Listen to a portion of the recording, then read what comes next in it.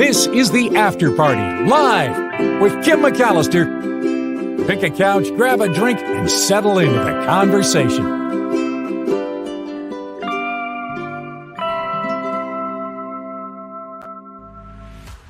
Hey, good afternoon to you. It is the After Party Live, following the Mark Thompson Show. Thanks for sticking around and being part of it all. There's a lot going on. I will say it was a great Mark Thompson Show. Mark's Madness almost at its end. So if you're participating in that, I hope that you have fun. If you're celebrating Easter, or you did celebrate Easter, I hope you had a really wonderful time. Murphy says, too bad it's a school day or Jacob could come on with his ukulele and vamp some after party music. That's true. I've got happy April Fools. I've got one in coming home from New York today, and I've got one at school today. It's weird the way Easter fell this year. Usually it kind of coincides with spring break, but we've got a whole nother week until spring break even begins. So interesting. For those keeping track, and tell me if this is weird, but I think I've mentioned my niece is applying to college, and we've been kind of monitoring her progress. And she's received entry to a number of UC schools, which is amazing. And she was waiting to find out if she got into Cornell University. And she applied there. I guess the rules are, and I didn't know this because I never did this, but when you apply for early admission, you can only pick one college. And usually you have to either say yes or no. And if you say no, then you don't get to reapply for spring. Like, that's it. They don't consider you. So they had a chance to lock her in, but they deferred her, which means that they would consider her with the rest of the applicants. So they did. And she got in kind of. They offered her an admission on transfer, which means they want her to go to another 4-year university for a year before transferring to Cornell. I've never heard of that before. I mean, usually it's you're in or you're not. I guess this is a thing that they do now. So I don't know. I mean, on its surface, it kind of feels a bit offensive. Like, you don't want me all 4 years? But, Heather says, I did early admission to my college, lots of stress up front, but it saved me so much anxiety later on. And I think that's the point, right? And they had a chance to lock her in and they didn't do it. I think they were mistaken, but hey, I'm her biggest fan. But I've never heard of that transfer thing before. But she's thinking it's good because if she picks another university that she got into, maybe UCLA or UC Davis, and hates it, she kind of has a plan B in her back pocket where she can then, transfer to this other school. So interesting that they would do that. But that's the latest. That's what's happening there. Meanwhile, Julia sends me a note as she's waiting to get on the airplane. And this is kind of funny. She says, I have to read it to you.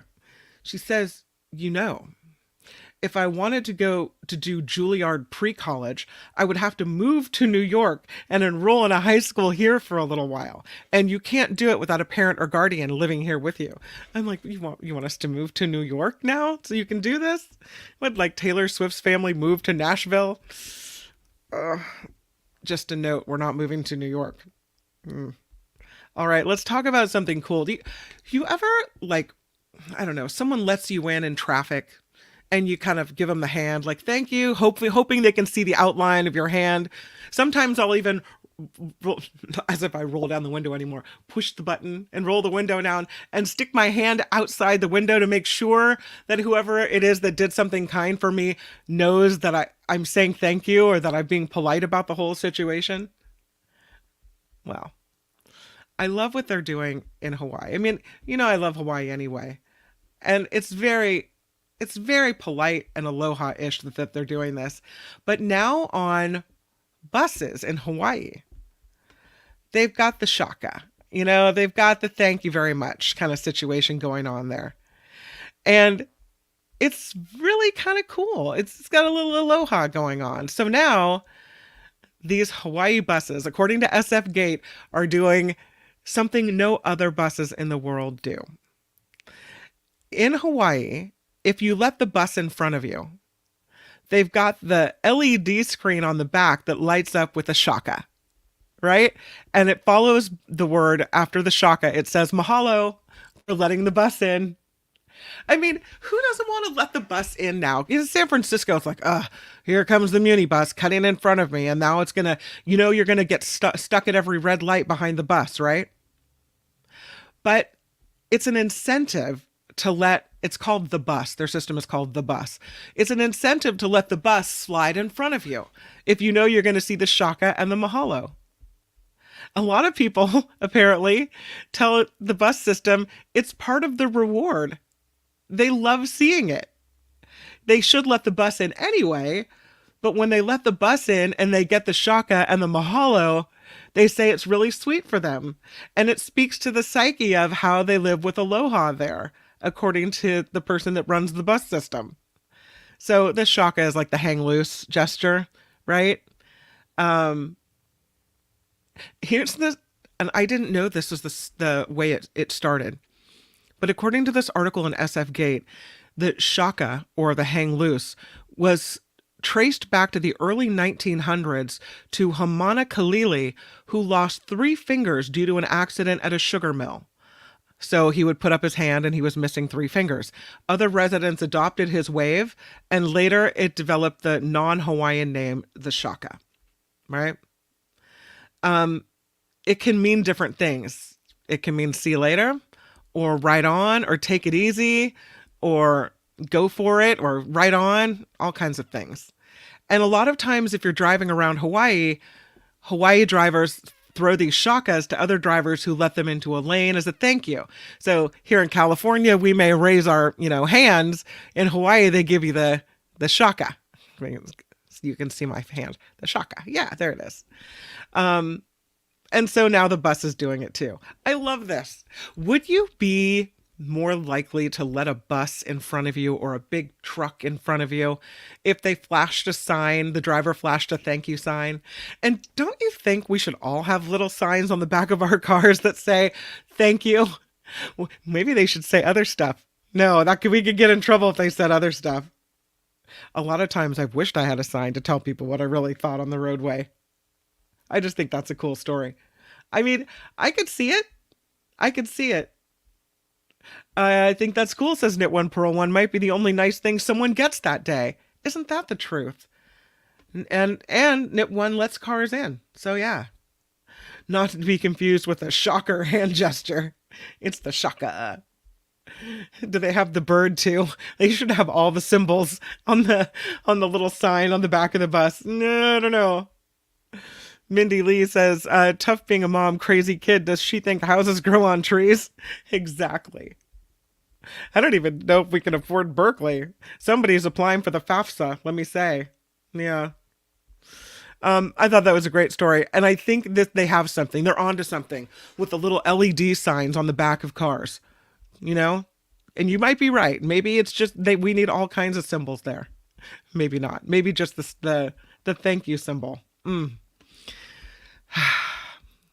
All right, let's move on to this one. This is an animal segment sponsored. Actually, the whole week of shows sponsored by Janet R. Huge thank you. This is, you can see the police officer feeding the little bunny. And this is something put out by the Petaluma Police Department, which is kind of cute. They put this out on Easter Sunday. It's just kind of a cute little kitschy thing to do. It says, Sunday, March 31st, approximately 7:33 a.m., officers dispatched to a report of a subject, pictured above, dropping large quantities of colorful candy-filled plastic ovals throughout numerous residences across Petaluma. Their way of saying Happy Easter. Thanks to Kim Schaffer for sending that one in. This one, a little more upsetting. Somebody left a soccer net up, and this deer got quite entangled in this soccer net.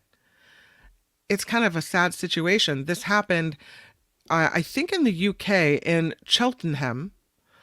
The rescuers responded to reports of this deer in distress. They arrived to find the entire body wrapped up in this soccer net, and they removed it. They had to snip the net away from the deer.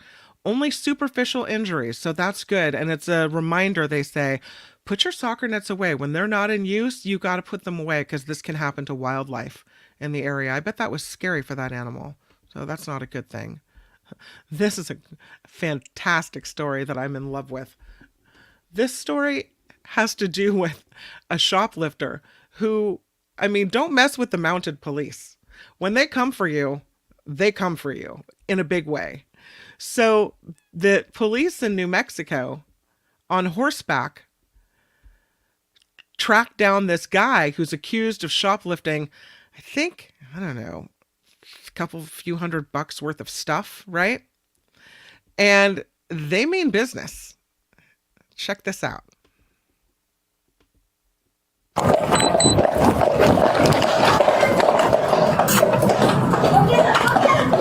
Did he steal something? Come on. Hey, stop! You're being detained! Albuquerque police! Stop! You're being detained! Come on! Come on! Stop! Albuquerque police! You are being detained! Stop! Stop! Stop! You're being detained! And still he runs. Stop! Albuquerque police, stop! What does he mean? Stop! You need to stop or force will be used against you. You understand me? Get on the ground. Get on the ground. Come on. Get on the ground. You're being detained. Get out of the road. Get out of the road. You are not free to leave. Do you understand? Force will be used against you. How did you see? You are being detained. So, yes, force will be used against you and you are being detained. It's silly to think that this guy, for some reason, thinks that he can outrun a horse or three. There are 3 horses there, that the whole point of this thing, right? 3 horses. And so this guy thinks somehow he can either outrun a horse, but then when they get to the guy, it's not like they can just jump down and arrest him. One of the other officers ends up doing that. But this guy allegedly stole $230 worth of goods from a store and was chased by mounted officers in Albuquerque. He's 30 years old, Mark Chacon, and that's the suspect. And he gets arrested. You know, I don't know if there's somebody on horseback coming at me, I think I'm stopping. I don't know about you guys. Apparently the horses had just gotten out of the trailer for their patrol shift. They were supposed to be doing a pedestrian safety operation when they were alerted that this man was running zigzag through the streets in Albuquerque. So you may have heard him there yell, wasn't me, I didn't do it. But the officers on the backs of all the horses there, that three or four of them, surrounded him in the middle of the road, wrangled him into custody. They say they're doing their job. They're doing it right. There's no question. If you're going to run from us, you're going to go to jail. Tired. So that's it. This man now facing charges of including possession of stolen goods, running from police, and also possession of drug paraphernalia. So that's the way that ends. And thus ends the animal segment. Let's talk about this girl from the Bay Area. She set a new record, shall we say. There she is, scuba diving. And she's done something kind of cool. I'm not sure what led her to want to do this, but she performed a number of magic tricks while scuba diving, setting a new Guinness World Record. Her name is Avery. She's 13 and she lives in Tiburon. And she started during the pandemic scuba diving and loved it. And so she started helping take care of creatures at the Aquarium of the Bay in San Francisco. And that is where she was encouraged by other scuba divers there to start doing magic tricks underwater. And she said that she was surprised to find out this is an official category in the Guinness World Records. And that's when she's like, I am going to set this record. So she stuffs all these props. She's got them on the side of her scuba suit. She's got everything. And she ends up really blowing this record out. So the previous record was 20 magic tricks underwater, and she did 38. She said it felt like this rare experience. It was really exciting to be able to do this in front of people, especially in a place I grew up, in a place where I love to go. So she became a frequent volunteer at the Aquarium of the Bay, loved learning about the ocean, the animals, and everything else, and the effects that climate change have on the environments. And she took up underwater magic at the suggestion of one of her dive instructors and loved the challenge. She said they typically rely on speed, these magic tricks, but everything slows down underwater. So then you have to get really, really creative. The family worked with the aquarium to launch a fundraising campaign in connection with this, and they have made hundreds of thousands of dollars in donation, surpassing 500,000 in the first 100 days. For a fundraiser, they say this huge and complex, raising ocean awareness about protecting animals to do something fun like magic, she said, was really, really special. So there she is doing her magic tricks, and here she is talking about it. 13 years old, raises all this money, breaks this interesting, fun record to do this. I guess the Aquarium of the Bay has had a bit of a rough patch. It didn't get rent relief during the pandemic closure like other businesses down at the Port of San Francisco. And they still had to have all the costs of caring for these animals because pandemic or no, that doesn't stop. You still have to feed creatures and care for creatures and pay the people to go in and do all of this. So they accumulated the cost for caring of the animals. They had no ticket revenue. They had no ability to, not pay rent, all of this. So that's why this fundraiser is so important for them and why every bit really mattered to them and was very important. So she did all these tricks with the marine life moving right past her. There were sharks in the tank and bat rays and all kinds of things. The hope is, according to the people at the aquarium, that other kids her age will be inspired by her and become ocean ambassadors and find their own outlets and their own ways to be ambassadors for the ocean. So she gets this plaque, this Guinness Book of World Records plaque. And they say it proves that you can do something like that no matter what age you are. So well done, Avery, raising money for the Aquarium of the Bay, setting a new record. How cool. Love that story. Happy April 1st. This is, quite honestly, this is a April Fool's Day. Happy April Fool's prank by 7-Eleven. They say they have this new drink, right? Hot dog sparkling water. And it made me think of the water left over after hot dogs and how, we're trying to repurpose everything, reuse everything, save water every way we can, collect it in the shower. What about, if you boil a hot dog, do you just dump out the water afterwards, kind of with the oil floating on the top? Can you imagine repurposing hot dog water? No thanks. But this 7-Eleven story, they say they're coming out with this hot dog drink. They're announcing it. Big announcement today. Hot dog sparkling water at 7-Eleven. Customers, they say, and not only hot dog water, but a whole new collection of 7 select sparkling waters. Here are the flavors: lemon lime, green apple, sweet orange, and hot dog. The Big Bite Hot Dog Sparkling Water combines the delicious mouth-watering experience of 7-Eleven's iconic Big Bite hot dog into one refreshing beverage, ketchup and mustard included. Gone are the days of alternating bites of a hot dog with sips of a beverage. Now, those on the go can swap the bun for bubbles. No, I don't think so. It's expected, they say, to hit the shelves April 1st, which is, of course, today, April Fool's Day.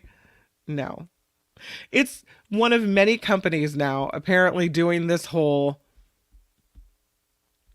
fake product launch on April 1st.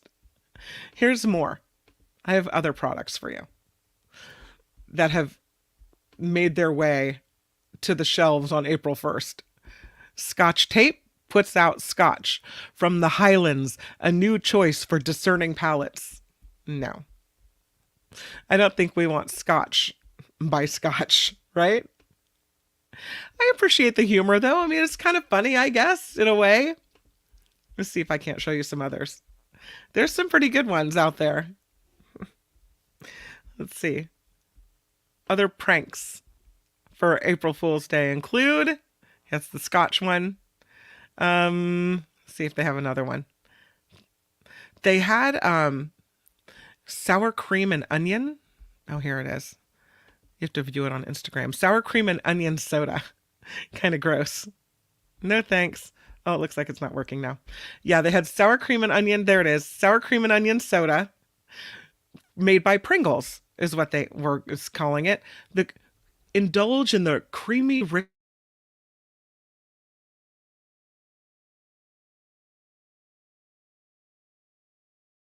and utterly irresistible soda experience. No, thank you. And then they say, if you're still reading this, happy April Fools. So that's kind of funny. Some other ones that they have done include Omaha Steaks Meaty Spritzy Spray, promising to infuse bland fast foods with the show-stopping flavors of world-famous steaks, chicken, and pork. Not real. The flavors were Omaha Fog, Hog Haze, and Cockadoodle Doo. IKEA had a line of hoax products, Invisiball, shoe racks, laundry baskets.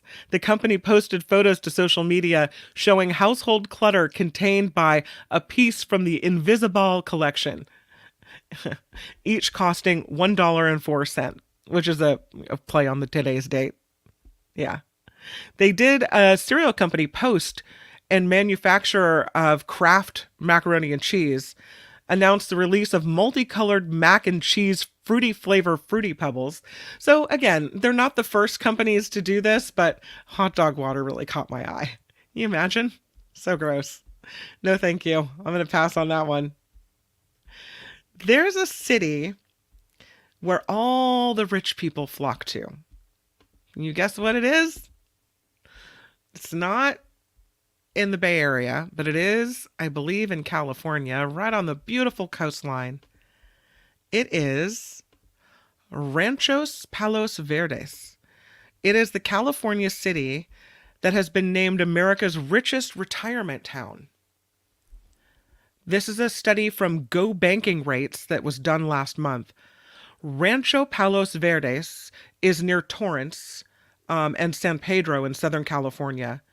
It's been named the richest retirement community because it has a median household income of $166,747. So you got to be loaded to get one of these coastal houses, right? They looked at the personal finance website that looked at American cities with a minimum population of 15,000 people, in which 25% of the residents are age 65 or older. The top 10 richest retirement towns in the United States here, Ranchos Palos Verdes. The second is Highland Park, Illinois. Then comes Bainbridge Island in Washington. Fourth, East Honolulu, Hawaii. Fifth is Melville, New York. Sixth is Laguna Beach, California, followed by Paramus, New Jersey. Naples, Florida. Number 9, Walnut Creek, California, one of the richest retirement places in America. And 10, Cerritos, California. If you were going to retire in Rancho Palos Verdes, you would need at least $1.4 million for 25 years of retirement, or $1.7 million for 30 years. On average, a retiree in California would need $90,399 a year to live comfortably during retirement. So, again, that's all data from Go Banking Rates. Who's going to make $90,000 a year in retirement?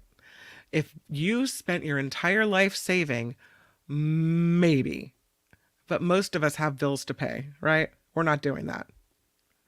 Did you know that Netflix had a name before Netflix, and it wasn't Netflix? Companies, thank God for this.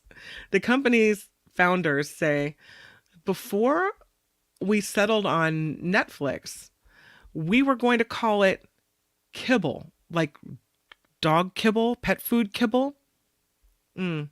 Mark Randolph and Reed Hastings say they originally called their company Kibble before they switched it to Netflix a short while later. They said, we were concerned about building a service that looked good, but that nobody wanted to use.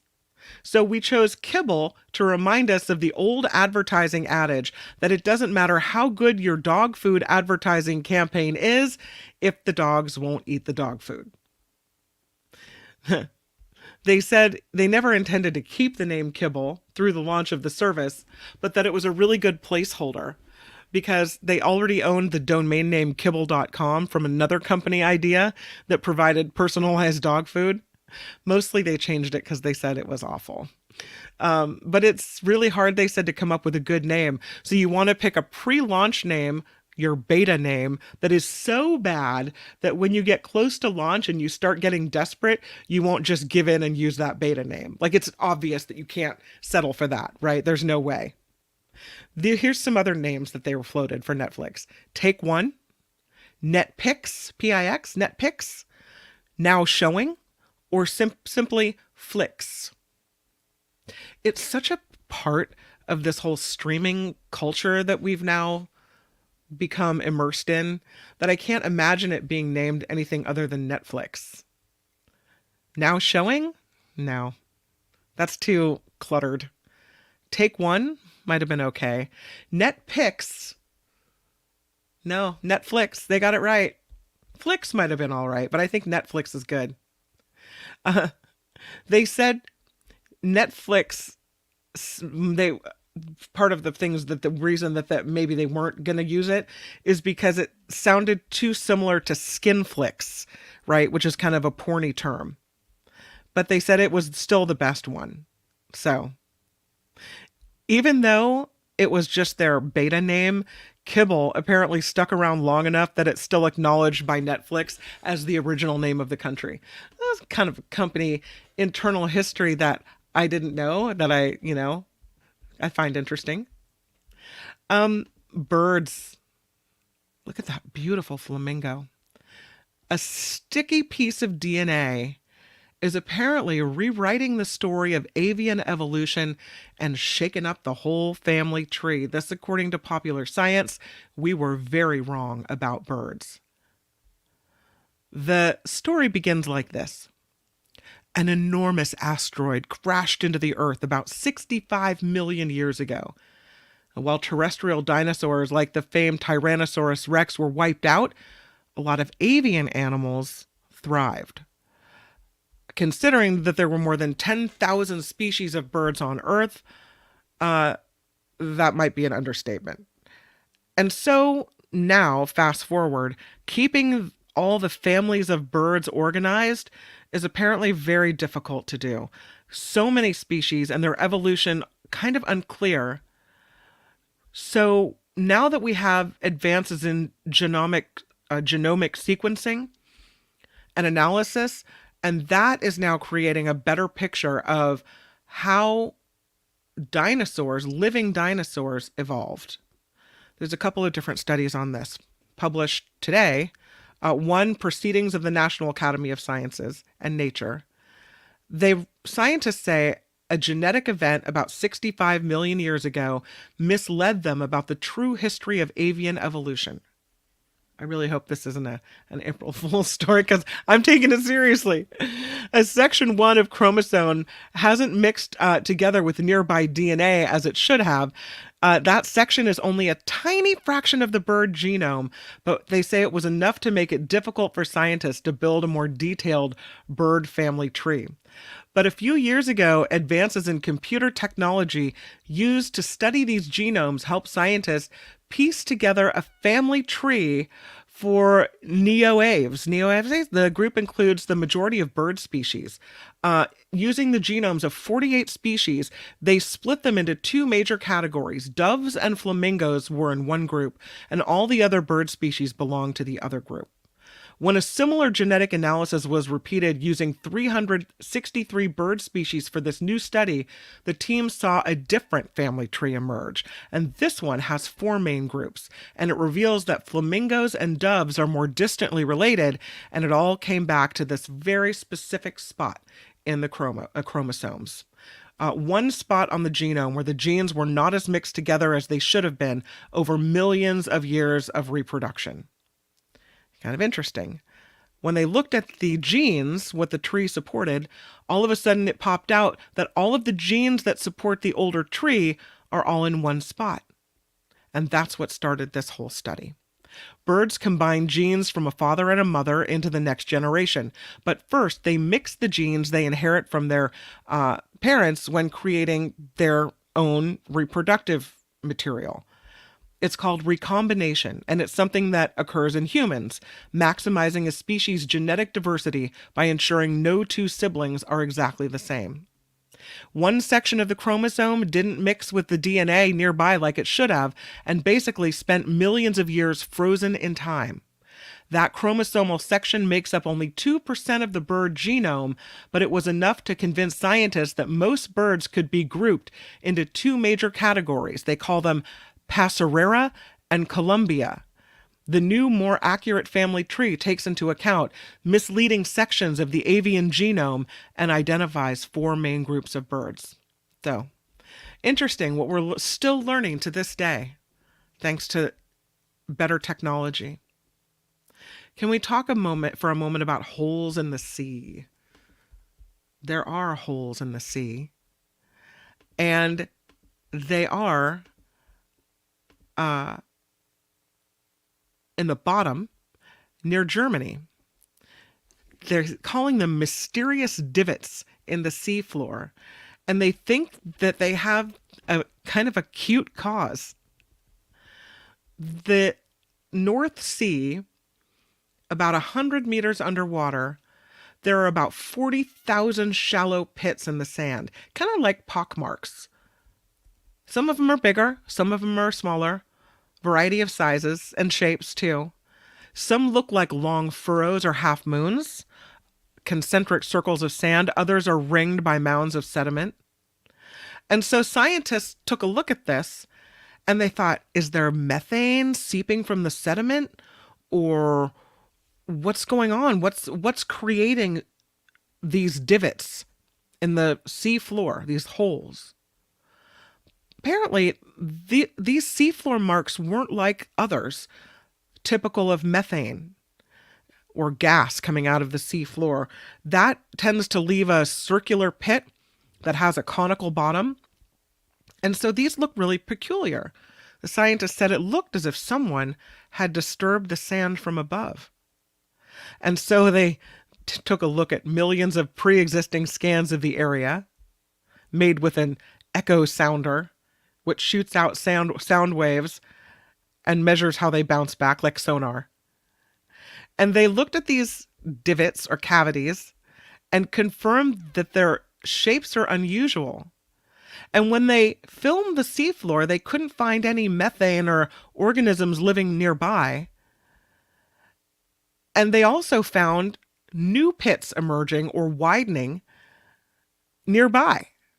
And that is also not associated with gas coming up from the seafloor. Now they think what led to the divots or sea holes on the seafloor are hungry harbor dolphins. So they found grains of sand in the stomachs of stranded harbor porpoises.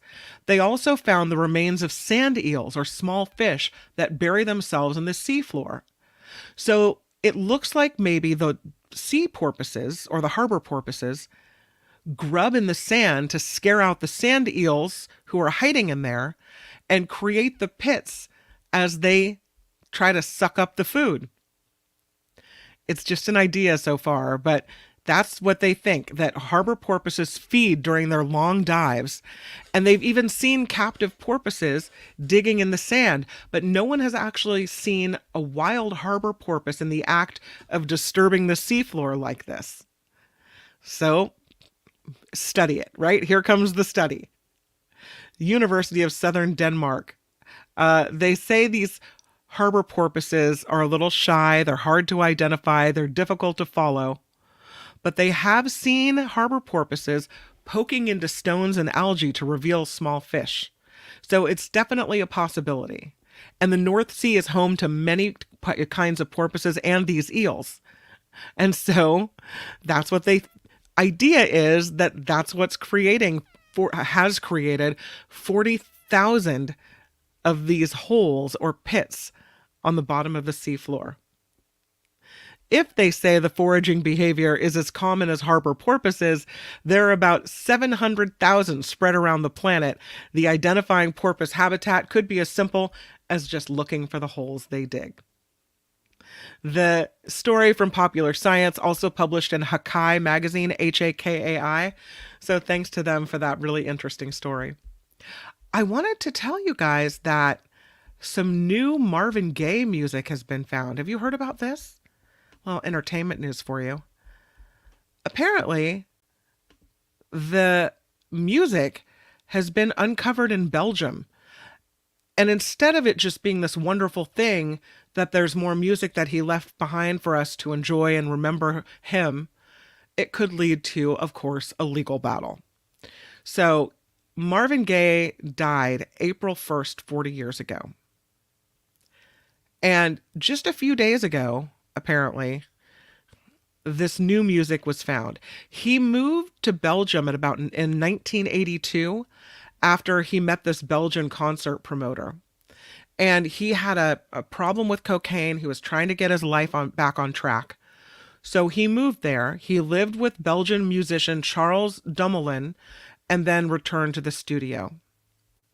And when he passed, he left stage costumes, notebooks, cassettes of never before heard music. He left them apparently to Dumoulin.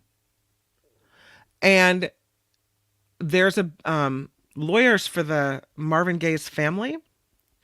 So Dumoulin passes away in 2019, and these items are now in possession of his family members. There are at least 30 tapes, 66 demos of brand new Marvin Gaye songs. Some are complete. Some are, they say, as good as the song he did, Sexual Healing, because it was made all around the same time frame. So now it comes down to a potential legal battle over the music. So he gave them to Dumoulin, the story goes, and said, do whatever you want with it, and then he never came back.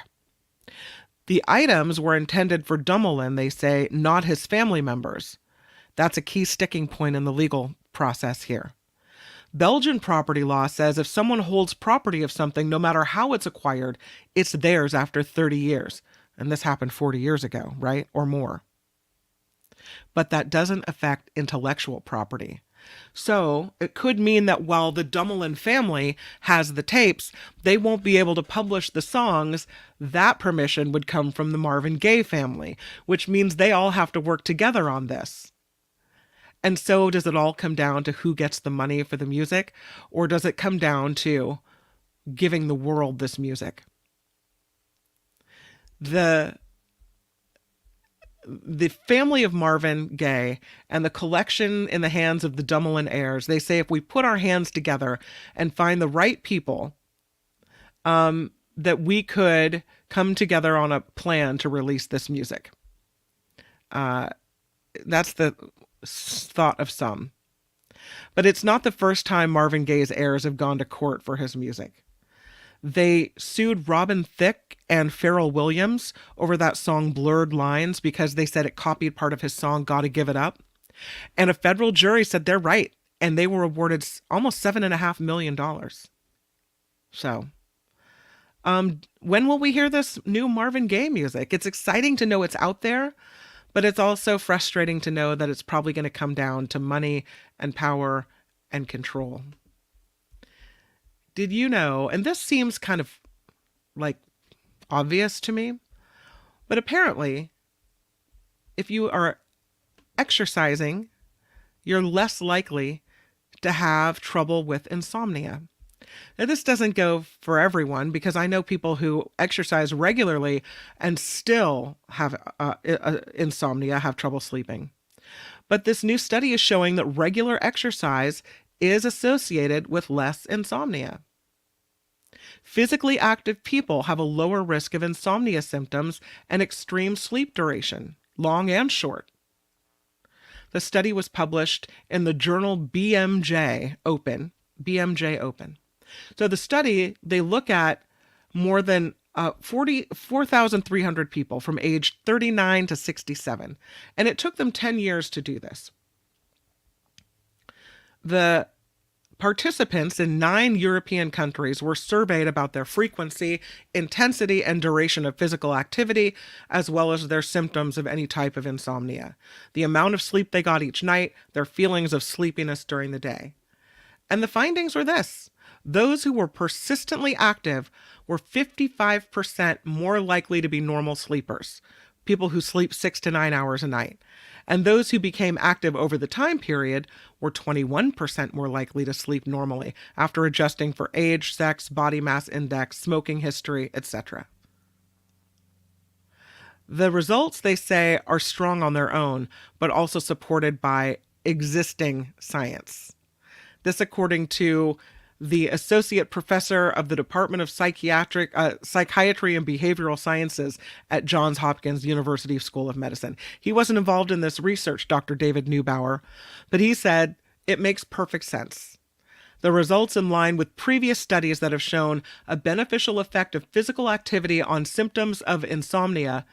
The current study additionally shows the importance of consistency in exercise over time. So it matters to be physically active throughout your life in order to reduce the risk of insomnia and short sleep duration. It gives them ideas, they say the researchers, that maybe we don't always think about for treatment of insomnia, right? Here, take a sleeping pill, or make your room dark, or, don't use your phone before bed. But did they ever say, make sure you get enough exercise, maybe you can actually have a good night's sleep? I don't know. Were you caught up in this whole thing about incognito? There's a lot of people pretty upset about this. That when they say you've gone incognito, a lot of people, look at the hat and glasses, right? You think, oh, I can search for whatever I want and Google won't know. They won't keep track of this because it's in the incognito mode, which wasn't true. Turns out Google can see exactly what they're doing no matter what mode you're in and keep records of it as well. And that they did. Well, now because of a lawsuit filed over this whole thing, Google has to delete billions of browser records to settle this lawsuit. They're going to delete billions of data records because this suit filed in 2020 accused Google of misrepresenting the kind of data it collects from users who browse the internet incognito. It's supposed to be a private browsing mode, right? They agreed to settle the suit last year, but the terms of the settlement were first disclosed in a filing today. As part of the settlement, Google has to delete billions of data records that reflect the private browsing activities of users in the class action suit. Quick, everybody join the suit. Google will also update its disclosure to inform users about what data it actually collects each time a user initiates a private browsing session. And they say they've already started to initiate these changes. For the next 5 years, Google will also let private browsing users block third-party cookies as part of the settlement. And Google won't be tracking people's choices to browse the internet privately. That's what they say. They will no longer track people's choices to browse the internet privately. It's being called by the attorney representing the plaintiffs an historic step in requiring honesty and accountability from dominant technology companies. So the settlement requires Google to delete and remediate in an unprecedented scope and scale the data that it improperly collected in the past. Google says, we're pleased to settle this lawsuit. We always thought it was meritless. Nevertheless, they say we never associate data with users when they use incognito mode, but we're happy to delete old technical data that was never associated with an individual and was never used for any form of personalization. Originally, the plaintiffs wanted $5 billion. They're getting zero, but they are getting all this data deleted, and that's pretty good. The users won't receive damages as part of the settlement, but they can still sue for damages individually. I mean, I think they did us all a favor. When you click to cognito mode, it tells you not everything you search for right here is going to be private. So they know they have to tell you, right? This is kind of a scary one. The bird flu, the avian flu, is the second person infected in America. So they've had an outbreak of bird flu in dairy cows. And the person who worked on a dairy farm and had direct contact with this cattle that was infected tested positive for the avian flu last week in Texas. The case was confirmed by the CDC over the weekend. That person who does have the avian flu is recovering and was told to isolate. The only symptom they had was eye inflammation. And they're being treated with this drug, the generic version of Tamiflu. And the CDC is working with other federal and health partners to investigate. But they're asking people to monitor for any additional cases of avian influenza. The case, they say, doesn't change the risk to the general public. Still very, very low. Again, only 2 people in the United States have tested positive for this. They're monitoring this, though, because influenza viruses constantly change. Continued surveillance and preparedness efforts are critical. It's a developing situation, they say, and they'll share new updates as they become available. The other case was in 2022, and it was a man in Colorado who also had direct exposure to poultry and the culling of birds that had this bird flu. Regarding the cattle outbreak right now, and this man in Texas that tested positive, they say there's no risk to the commercial milk supply. Dairies are required to destroy or divert milk from any sick cows, plus pasteurization kills avian flu viruses. It's gross. Cases have been reported among bears, foxes, possums, and seals. Scientists say the animals probably got sick when they ate or interacted with infected birds. The virus can spread through feces or saliva, through contact with contaminated surfaces as well. But human-to-human transmission of the avian flu through close contact, they say, is very, very rare. The symptoms can range from none at all to mild flu to severe. So it just depends. But, you don't like to see somebody getting that. Lastly, I will do this story about a topic that's means a lot to me, kind of like the whole plastic thing. This is a story about flame retardant. It's funny because a friend of mine and I both had babies at the same time. Well, 6 months apart. So they're in the same grade. They go to the same school. They've been friends since they were babies. And the different choices that we made as mothers, it was very important to her to have milk that had an infusion of, what's this stuff that, flax oil or some type of oil that increases brain development, right? It was important to me not to have, I used organic milk, but the whole flax oil, that wasn't important to me, but the clothing, the bedding, the pajamas that had no flame retardants on them, hugely important to me. So if someone gave me something that had flame retardant on it, I wouldn't use it. Because I figure this, if flames are close enough to the mattress or to the place where my child is sleeping or wherever, that the child catches fire, the flame retardant pajamas probably aren't going to help that much. Whereas with 100, and that's also quite a chance, right? Whereas with 100% certainty, I know that the chemicals all over the pajamas are getting onto my kid and that probably seeping into her in some way. So that was one of my things, right? Well, now come to find out that flame retardants are associated with thousands of consumer products linked to cancer in people. This is the first time that this link has been officially made. So these flame retardants have been used for decades on thousands of consumer products in the United States. And now we know they raise the risk of dying from cancer. People with the highest levels of polybrominated diphenyl ethers, or PBDEs, in their blood had 300% increased risk of dying from cancer compared with people with the lowest levels. And these are things that are in our houses. I mean, they're fire-resistant carpet we're walking around on, paints on our walls. It's covering our furniture. It's covering our mattresses, some of the clothes that we wear. It's all around us. To our knowledge, according to this story in CNN and according to the researchers, this is the first study examining the association of PBDE exposure with a risk of cause-specific mortality in the general adult population from the United States.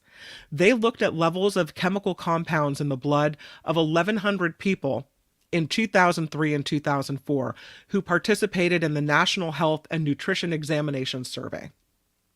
It's a longitudinal federal study on the health of U.S. citizens.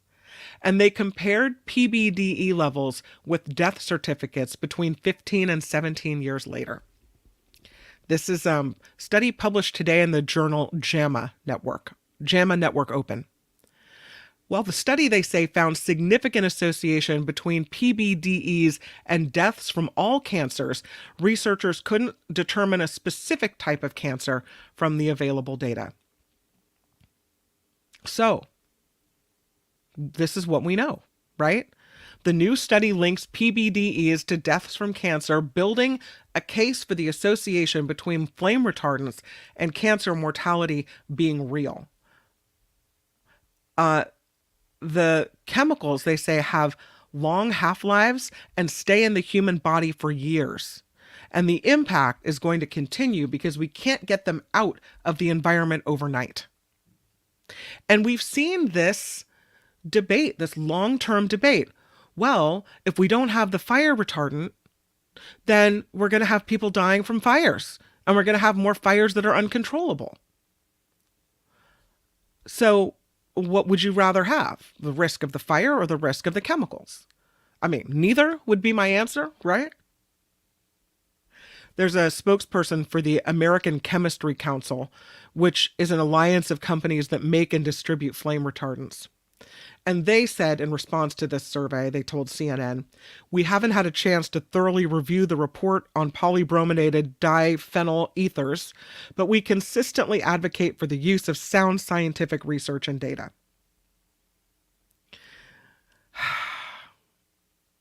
It's really frustrating because now we know that it's associated with dying from cancer, but we knew before this that PBDEs were endocrine disruptors, 3 to 10 times greater than people found in the European nations. People in the United States had these PBDEs, these endocrine disruptors in our blood levels, 3 to 10 times greater than people in other countries. Flame retardant chemicals can also pass to developing fetuses via the placenta and to newborns via breast milk. It's a huge problem. And even though I didn't put my baby in flame retardant pajamas and I bought her an organic crib mattress, it's still all over my house, right? On the couch, on the chairs, on the carpet, on stuff that was here before we moved in. You can't get rid of this stuff. So, important study. This again, the study is published today in CNN. It was done with data from the National Health and Nutrition Examination Survey, and you can find more about it not only in CNN or on CNN.com, but in the JAMA Network Open, if that's interesting to you. Okay, thus concludes the After Party Live for today. Boy, it got a little serious there at the end, didn't it? I'll tell you, let's get rid of the chair on fire. Woo, hot, hot. Mindy says firefighters are getting new firefighter outfits because of the cancer problem. Firefighters at horrible risk, right? Karen says dangerous, much like fireproofing used before these chemicals, asbestos. Right. Lori says we're over safetifying ourselves. Resistant bacteria, cancer from chemicals and flame retardants, plastic. We might be safer in the moment, but not the long term. It's true. Beth says hard to find baby clothes without retardants. It's true. Less now. 14 years ago when I had Julia, that was the case. But now there's all kinds of organic baby clothes. It's like people caught on. They get it. Organic mattresses are easier to find. So, and again, you can take these steps, but you can, as my husband likes to tell me regarding organic food and not using as many plastics in the house and everything else, you can limit the risk, but you can never cut out the risk, right? We're all going to have the microplastics in our system and the PBDEs in our system. But maybe by doing certain things, you can cut your risk, but you can't eliminate it because of where we live, the toxic soup in which we're all swimming around, right? Yeah. Regarding incognito, Lori says, I never believed it. It's that the search history for incognito doesn't show up in your regular account search history. I've given up thinking anything is private unless you use cash in person. And that's right. And even then, there might be a camera in the store that shows that you're there buying something, whatever it might be. Lori, I don't know what you're buying. You know. Thank you guys for participating in the conversation. I would so appreciate it if you could click the like button on the way out. Much appreciate your spending this hour with me and for hanging out. Has it been an hour? 56 minutes. So it's close to an hour. I will see you tomorrow on the Nikki Maduro show. It's going to be another great show. Of course, David K. Johnston coming up on the Mark Thompson show tomorrow, and we'll have some more fun stories for you. Hopefully more fun than today on the after party. Happy April Fool's Day, whatever it means to you, if you're going to be tricked or if you're just going to try not to be tricked, whatever it is. But thank you again for spending the time. And again, I will see you tomorrow. Until then, bye. The After Party Live would like to thank the following contributors and viewers like you.